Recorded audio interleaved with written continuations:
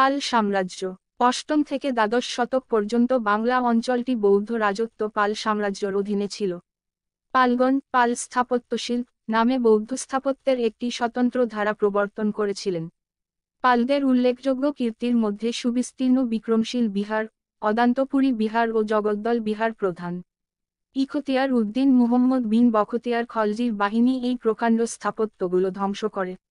ধর্মপাল কর্তৃক নির্মিত সম্পূর মহাবিহারটি ভারতীয় উপমহাদেশের সর্ববৃহৎ বৌদ্ধবিহার এবং এই দর্শনীয় স্থানটিকে নয়নের আনন্দ বলে বর্ণনা করা হয়।